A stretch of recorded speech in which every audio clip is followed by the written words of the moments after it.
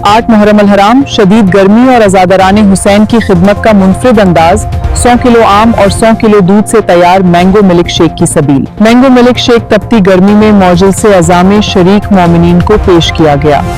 मज़ीद तफसीलात सईद बशारती की इस रिपोर्ट में।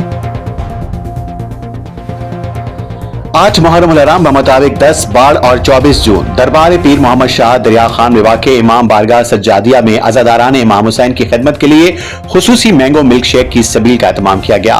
ये सबील गुलाम हुर बिशारती, उनके मुंतज़मीन और दोस्त अहबाब के तावन से सजाई गई, जहाँ तपती गर्मी में मजलिस अज़ा और ज़िक्र इमाम हुसैन सुनने के लिए आने वाले मोमिनीन और अज़ादारान की तवाज़ा की गई।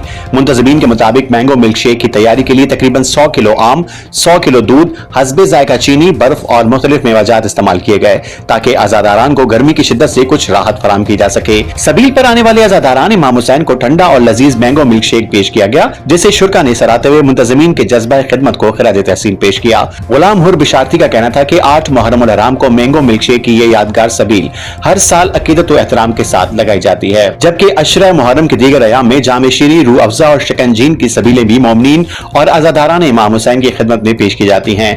मुहर्रम अल हराम की बाबरकत अयाम में ये सबीलें न सिर्फ प्यास बुझाने का जरिया बनती हैं, बल्कि अहले बैत से मोहब्बत, अखुवत और खिदमत खल्क के जज्बे को भी फरोग देती हैं।